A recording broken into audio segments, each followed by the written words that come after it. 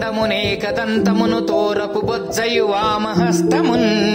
మెండుగ మ్రోయు గజ్జెలును మెల్లని చూపులు మందహాసమున్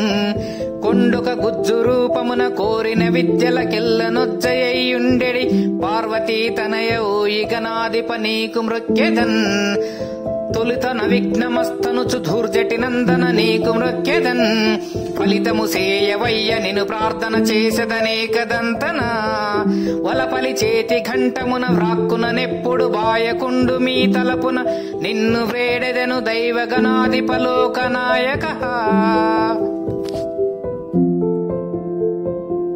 తలచిటినే గణనాథుని తలచిటినే విఘ్నపతిని తలచిన పనిగా తలచిటినే హేరంబుని తలచిటి నా విఘ్నములను తొలగించుటకున్